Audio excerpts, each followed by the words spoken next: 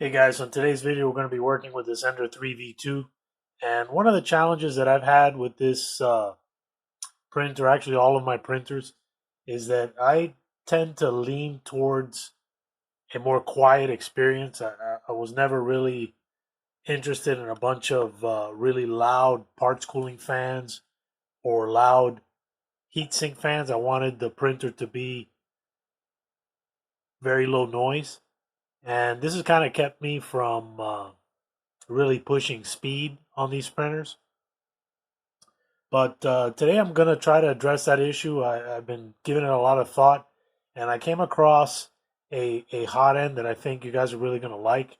And the Flow Kings of hot ends are these volcano style hot ends that have a long melt zone. And but what I don't like about the volcano hot end is the big heat block. I'm trying to get away from these printers that have these large heat blocks like this E3 DV6 hot end. And lately I've been using the Revo hot ends, and I really like that compact ceramic heater core that they use, but was looking for something that gave me the performance of a volcano hot end. And I think I came across it. I saw this on another build, and I ordered one, and I think it's fantastic. And if anybody from E3D is watching this, what you guys should do is lengthen the heater cartridge on your Revo hot end and make a longer version of the Revo nozzle to accommodate the longer heater cartridge. So this hot end comes from Triangle Labs, and it's a CHC Pro. And let me show you what the thing looks like. All right, so here are the components. These are my ducts that I'm going to use for this. All right, so we got the heatsink. So this heatsink should be familiar to you guys. It's essentially the same exact heatsink as the E3DV6. Now this is the part that I find super interesting. So here is the heater core, and the heater core, along with the thermistor, is all built into this steel sleeve. And then what covers it is this long silicone sock. So I'm not going to put the silicone sock on yet because we're going to assemble this thing. But look at the length of the nozzle. So this is a volcano nozzle, and it threads all the way in here, man. So this is a lot of melt zone. So this thing should be able to print really fast. In addition to this, it's 300C, so you can print up to 300C. And let me show you what other things come in the box. So you got the little Bowden tube clip, and then you got the little Bowden tube clip retainer, a couple of connectors.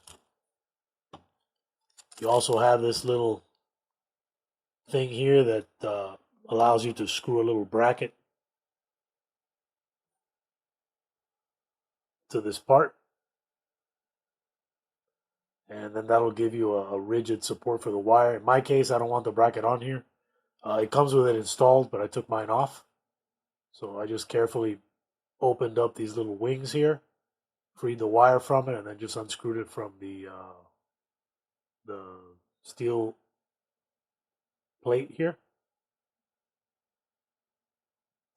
All right, so to install this thing, to assemble this hot end and all V6 hot ends, you should start with the heat break. So I'm gonna take the heat break, and I'm going to thread it into the block.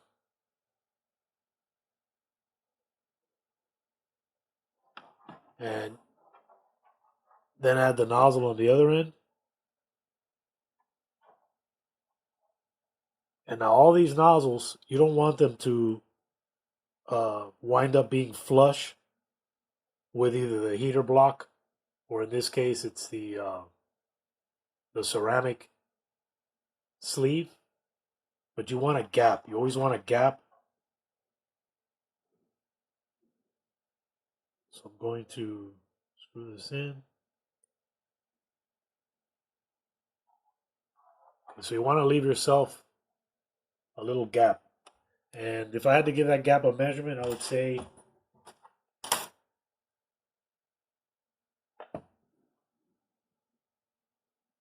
it's about 0.5 millimeters.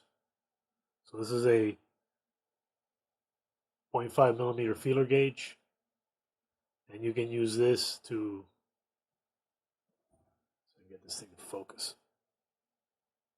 You can use this to kind of gauge this gap. And once you have the gap gauged, you're going to grab this with a crescent wrench. And let me show you guys this super cool crescent wrench that I found on Amazon.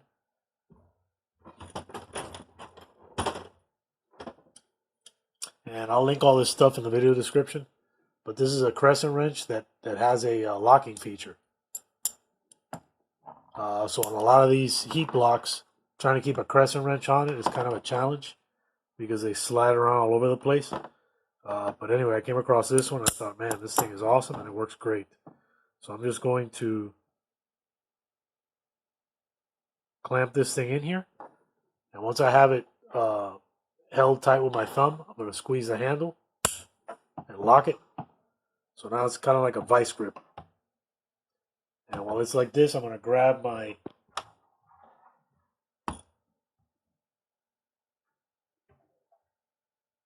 torque wrench. And this is a 3D printed torque wrench. And this thing will tighten to 3 Newton meters, which is about 26 inch-pounds.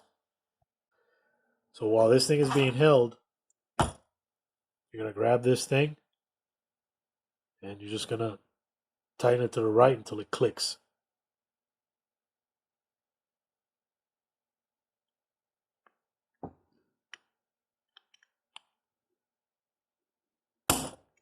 That's it. Okay. So that thing is clamped on there. All right. I'm going to release the grip on the crescent wrench. And now the hot end is ready for installation. Another thing I like to do is I like to add thermal paste to the heat break. I'm going to put a little bit of thermal paste on there.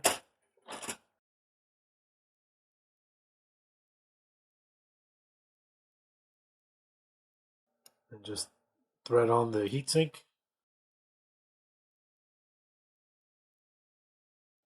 .3D printed clamp for this hot end. And how it works is just put it around the neck.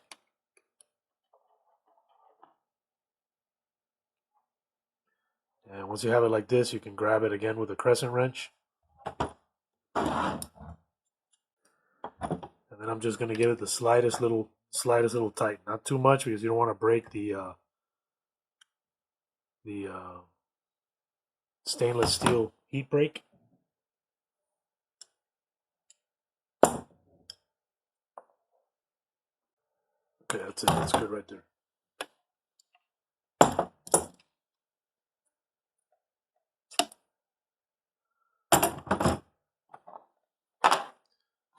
All right, now I'm going to put the silicone sock on. It just pushes over.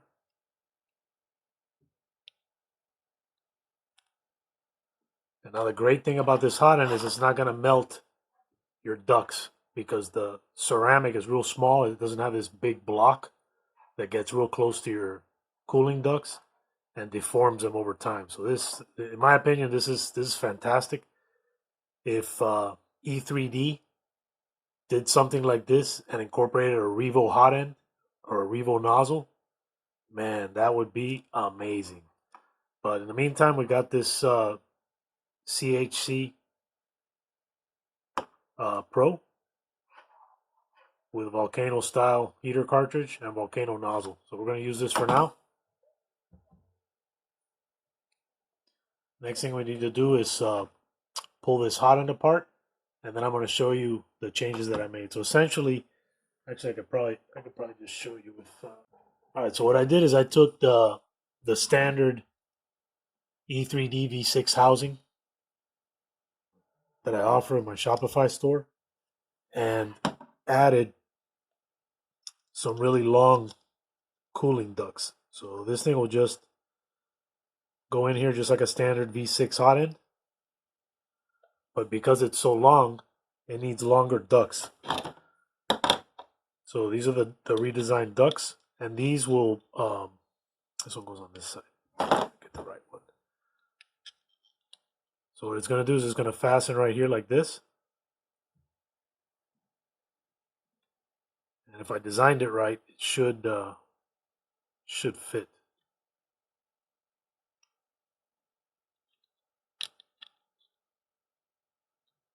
Yeah, it'll go something like this. And I'll know once I have it installed if this thing is right or not. I may have to tweak this a little bit, but we're going to go ahead and give it a try.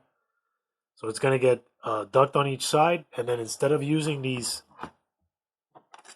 little 4010s that I've been using till this point, what I'm going to try is to use a 5015. So this is a little bit thicker than the 4010, but it has a huge propeller here. So this thing is going to flow a hell of a lot more than this little one. Now, it's not going to look as pretty as this one.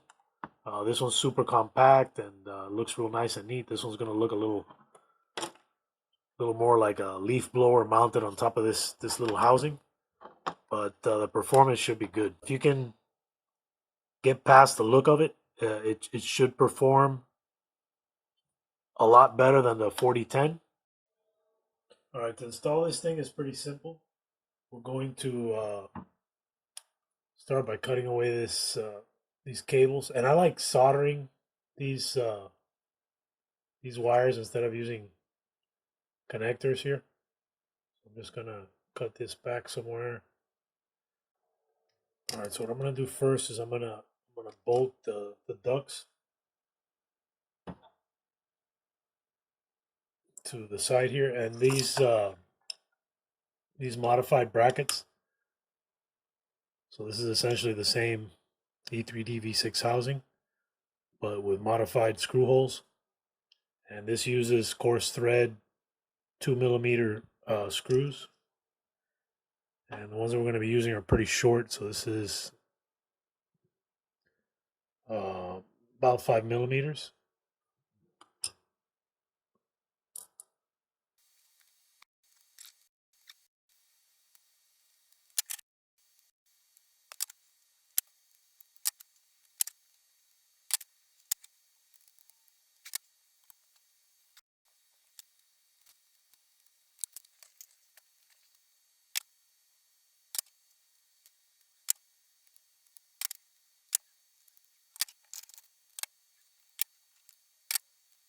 All right, next thing is to slide the hot end in.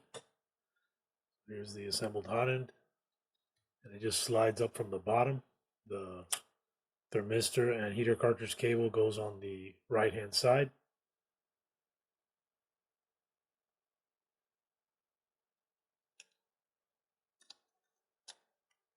So just like that. I'm going to go ahead and turn it so that the wire tucks in here neatly.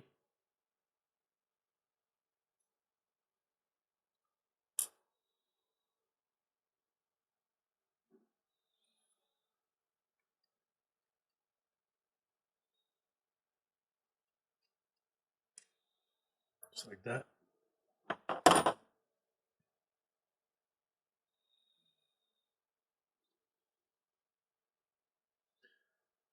And then the whole thing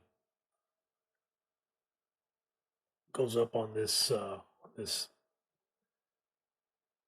little bracket that bolts onto the gantry, and it grabs this neck.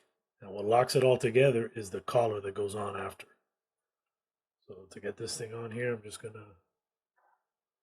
gonna put the collar on now, and the collar goes with the narrow side facing down. And then this whole thing will just sit right on top of this this base plate.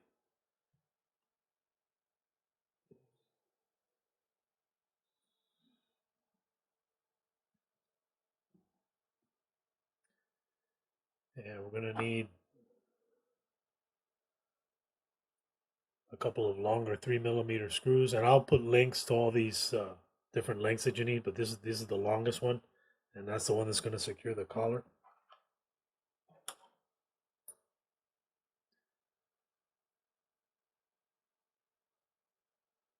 So I'm just going to use my tweezers to guide it in there.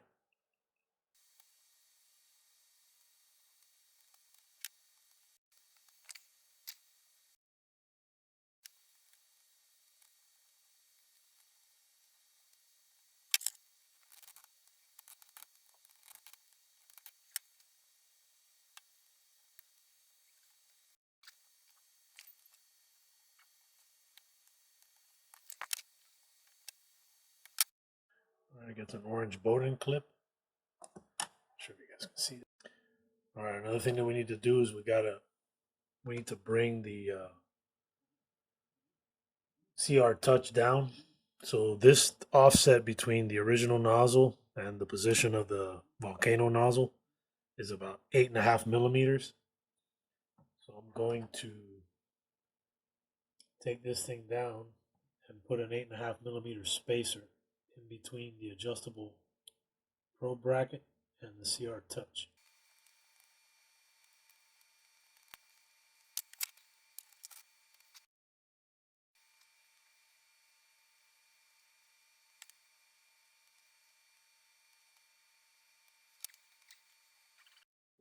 All right, next up is the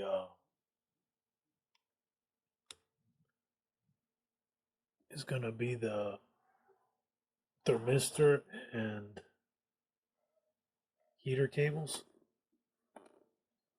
So I'm not going to bore you guys to death with watching me solder this, so I'm just going to solder them up real quick and then I'll install the blower fans. So let me do that off camera real fast. Okay, I got my wires all soldered up. I just need to start plugging stuff in. Okay, so I'm going to start with the heatsink fan.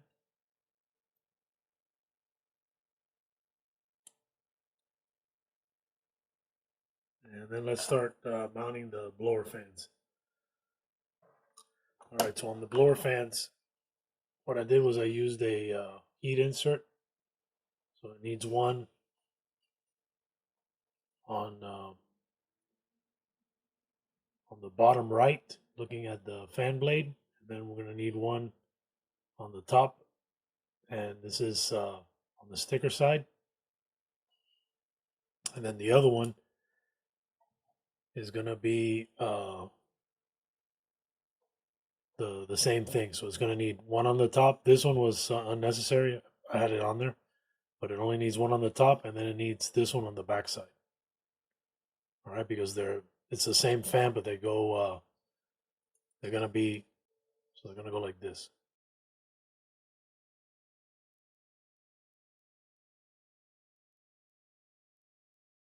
So this the outside is going to get held on with these 3D printed strips. So one goes on the top and then the other one screws in here.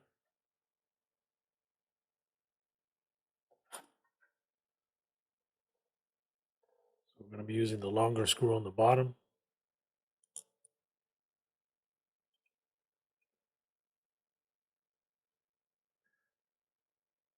And the holes are big enough that the screw itself will cut the threads as you screw it down. But if you have a tap set, you can also pre-tap it.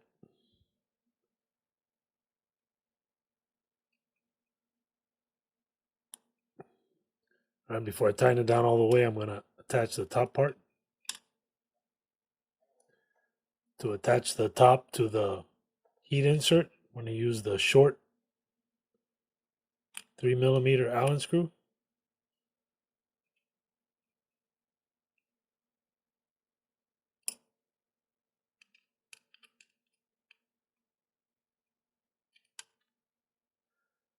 And I can go ahead and tighten down this bottom one.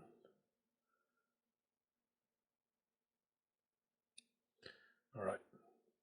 So now the next one that goes down is going to be this this inside screw. So it's this screw, but on this side.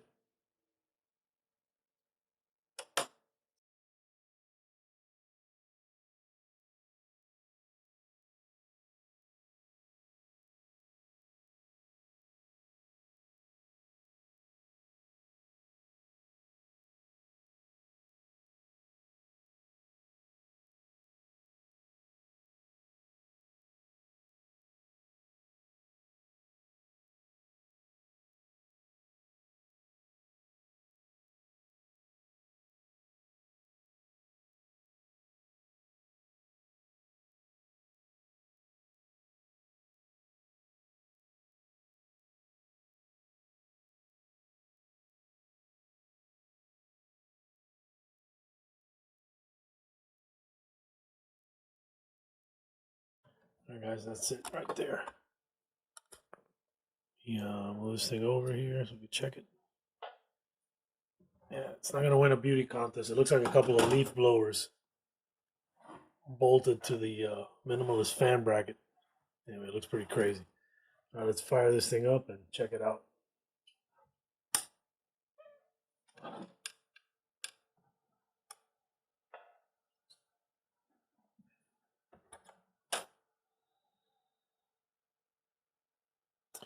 First thing I need to do is adjust the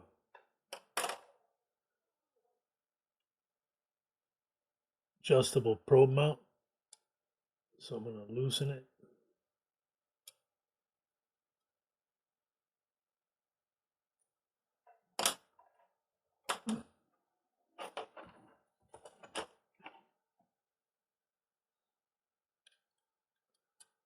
Yeah, bring the thing all the way down.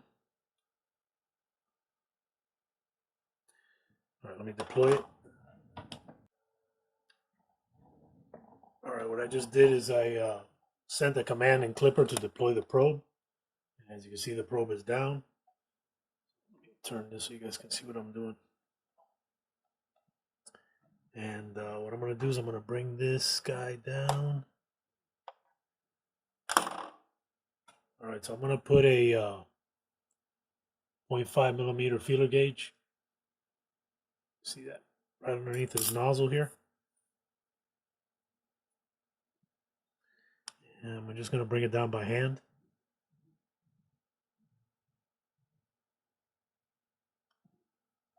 I'll bring this guy up.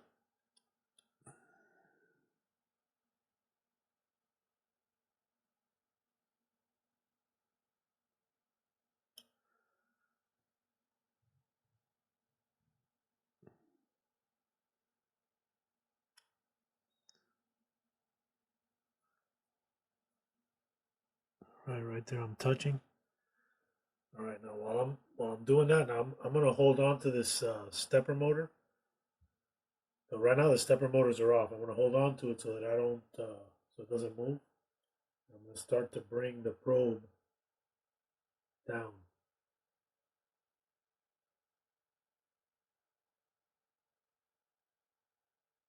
And I'm going to do it slowly until it triggers.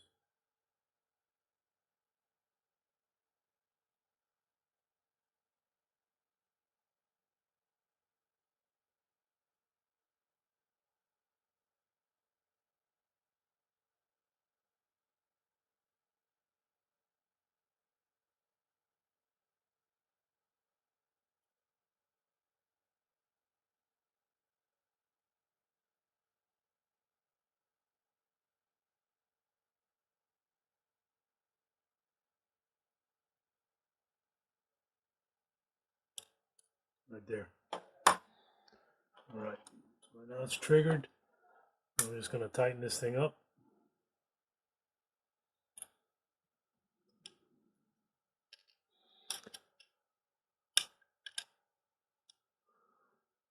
And another thing that's real important is that you reset your Z offset.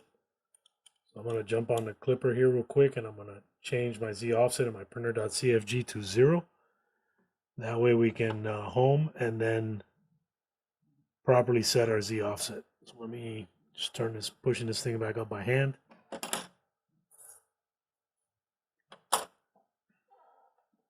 Right, so I'm going to do our first home. See how it goes.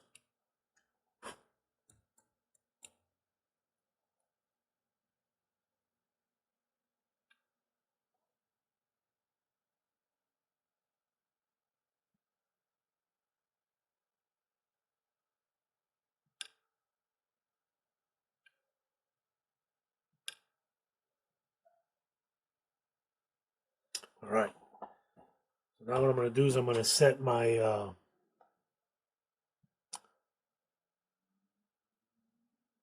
I'm going to put my little feeler gauge here. So now I'm going to switch to a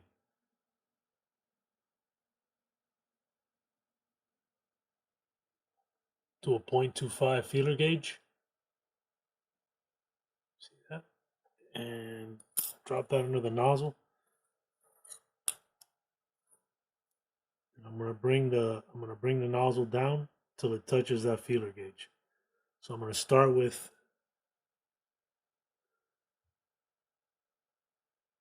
setting it to 0 and see what kind of a gap I have.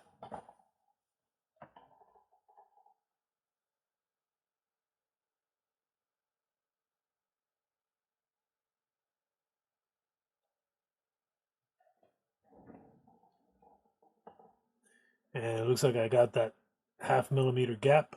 So I'm going to bring it down now.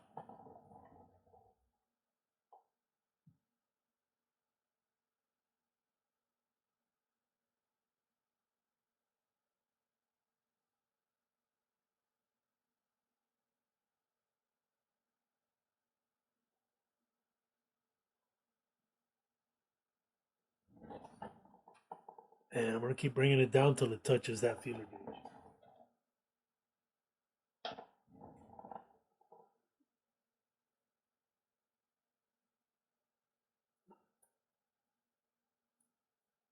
Right there, I'm pretty close.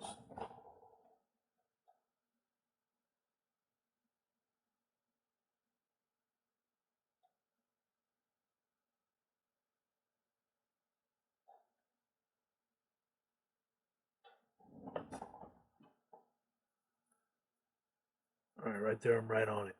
Okay. All right, so I'm going to set my Z offset to negative 0.35. I'm going to manually crank it up. All right, let's home it again.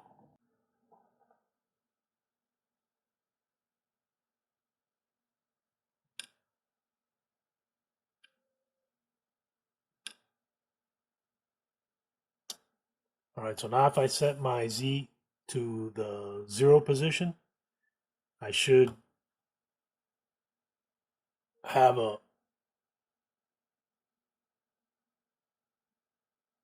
0.25 gap between the feeler gauge and the build plate. So let me bring it down.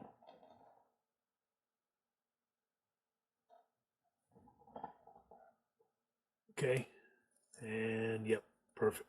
All right.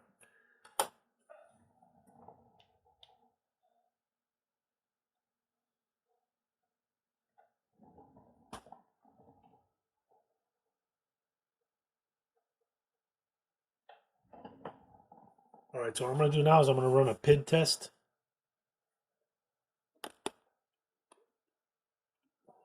So let's jump over to the computer and I'll show you guys how to do that. All right, now one thing that's important before you do your PID test is to make sure that you got to load your filament. So I'm going to load this filament in here. And the reason you want your filament in there and you don't want a PID tune with a dry heater head is that the filament is going to absorb some of that heat. So you want it to be as close to real life printing as possible. So this is a thermistor 104NT-4. And I currently am using the stock reality thermistor and clipper, so I gotta update that. Clipper3D.org. we're going to type in the name of our thermistor here. So this is a 104. And then, okay, so right here you got one of the choices, common thermistor. So we're going to select that. And what we want to look for here is a 104 MT-4. So this is it right here.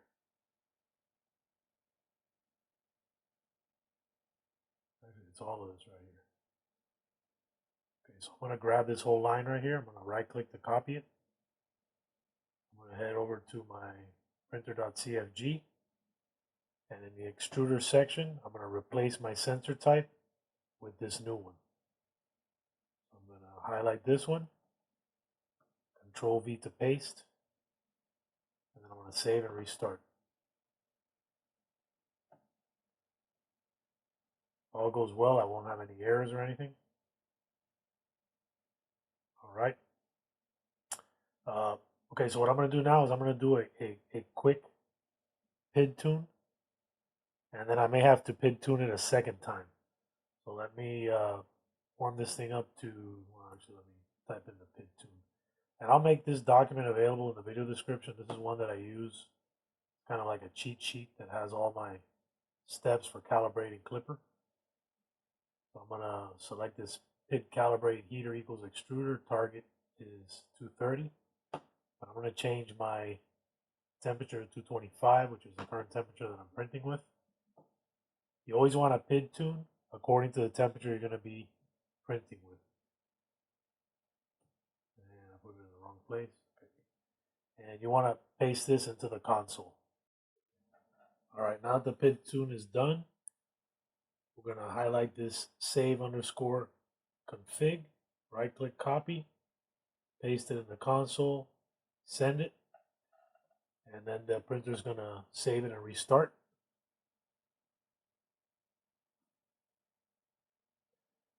All right, we got our PID tune complete. Let's go ahead and load some filament. So I'm going to set my target temperature to 225. And I'm just going to manually load the filament in. So right now the stepper motors are off. All right, now that I got some filament in, I'm going to run the PID tune again. And to rerun a previous command, you can just use the console and just look at the history. So I'm going to launch this thing again and send it. All right, it's done. Let's compare it to the previous PID tune. And you can see that, yeah, there is a difference. So that's why it's a good idea to always PID tune with the filament in loaded in the printer. All right, so let's save underscore config. Send it.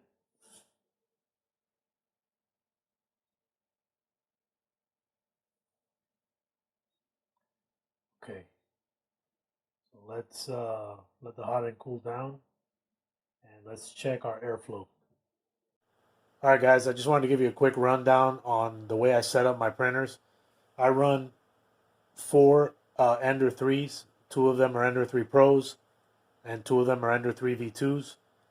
All of them are set up the same, pretty much, with the exception of the Ender 3 Pros have 4.2.7 boards, and the Ender 3 V2s have 4.2.2 boards. All of them are running Micro Swiss dual gear extruders, Capricorn tube, CR touches, adjustable bed probe, mount. That's the red anodized aluminum one that you see here in the video. I run the aluminum Y-stepper housings. I print on Garolite G10. All the machines are set up on squash ball feet, and these are single yellow dot squash ball feet. And I'll take you in the garage in a minute and I'll show you why I use them. The reason that I use these squash ball feet is because they absorb a ton of shock. So as that printer's bouncing around, moving around, this thing mitigates vibration. Let me show you, let me demonstrate. See that? So this thing literally, it like deadens any movement. And that's the reason that I use these. There is one that's got dual yellow dots that's even mitigates vibration even more than this one. And if you can get a hold of those, use those instead of the single yellow dot. But the yellow dot works great for me. And again, look, so this is from about 4 feet. Both are running Raspberry Pis with Clipper. And I've changed out the tensioners, the stock tensioners. Well, the Ender 3 Pro doesn't really come with a tensioner, but I added this 3D printed tensioner. And the good thing about these is that the knobs are real big. So it takes, so, you know, as the machine is vibrating around, the belts can't come loose. The Ender 3 V2 comes with kind of like this small little screws that for the belt tension adjustment. But the issue with those is that they get loose over time. So you want to swap those out. I've also swapped out the ones for the X tension. These are also 3D printed. Again, really wide nuts, so they don't come loose. All my printers are running the yellow high tension bed springs. The Ender 3 Pro is running these aluminum wheels, which eventually I'm going to add to the Ender 3 V2. I run a rear facing spool holder. So if you look here by the side, the spool is mounted to the frame, but it's facing back at a 30-degree angle. And then on the top, if you look at it from the top, there's a little section of Bowden tube that comes out of these micro Swiss dual gear extruders that kind of bends a little bit towards the direction of the spool, giving it a nice easy filament path into the extruder.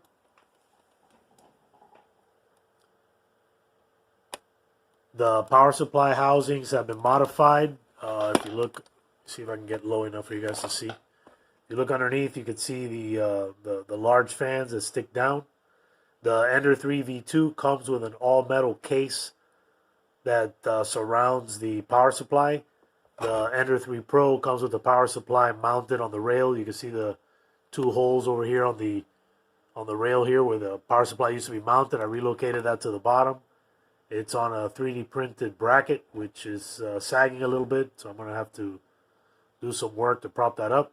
But yeah, it works great. It's a lot quieter and allows for a lot more cooling of the power supply. All right, so let's get into a quick airflow test here. Oh, and the last thing that I forgot to mention is I run a E3D Revo hot end on one of my Ender 3 Pros. The rest of my Ender 3 printers had these E3D V6 all-metal hot ends. With the one that we just changed in today's video, this one on the right is running now a CHC Pro Volcano. But these hot ends here, along with the Revo hot ends, are bulletproof. Absolutely no issues at all. No clogs, no leaks, no jams, nothing. Perfect, flawless. The only issue that I have with the E3D V6 hot end is the size of this heat block. So this heat block blocks airflow from the ducts, and it also over time deforms the ducts just because of their close proximity to them.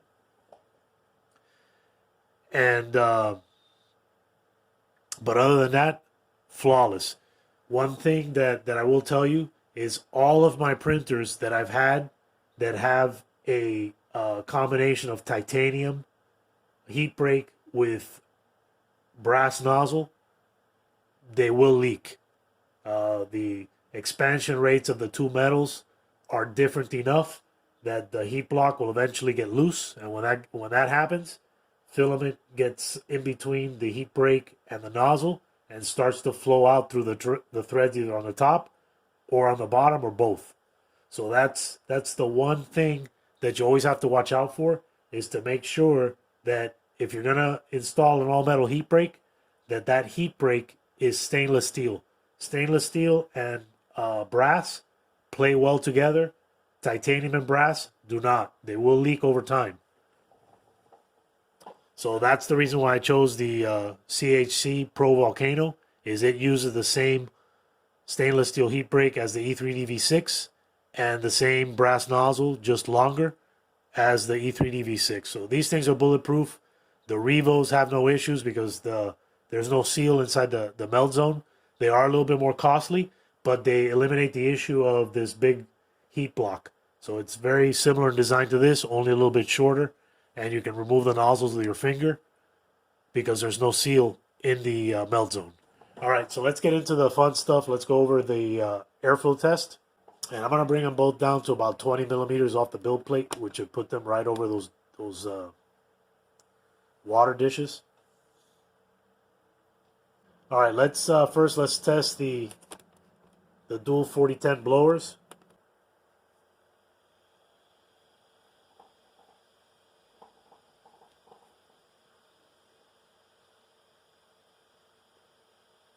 All right, we got decent airflow for those small 4010 fans. And the setup on the left is good for about 100 millimeters a second of print speed. And then you run into the limits of the cooling system. All right, so let's shut that one down and compare it to the airflow and noise level of the 5015 dual blowers.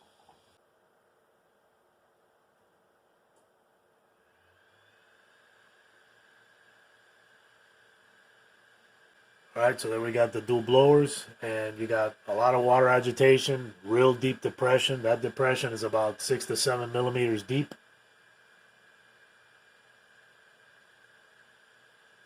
And now let's turn them both on and compare them side by side.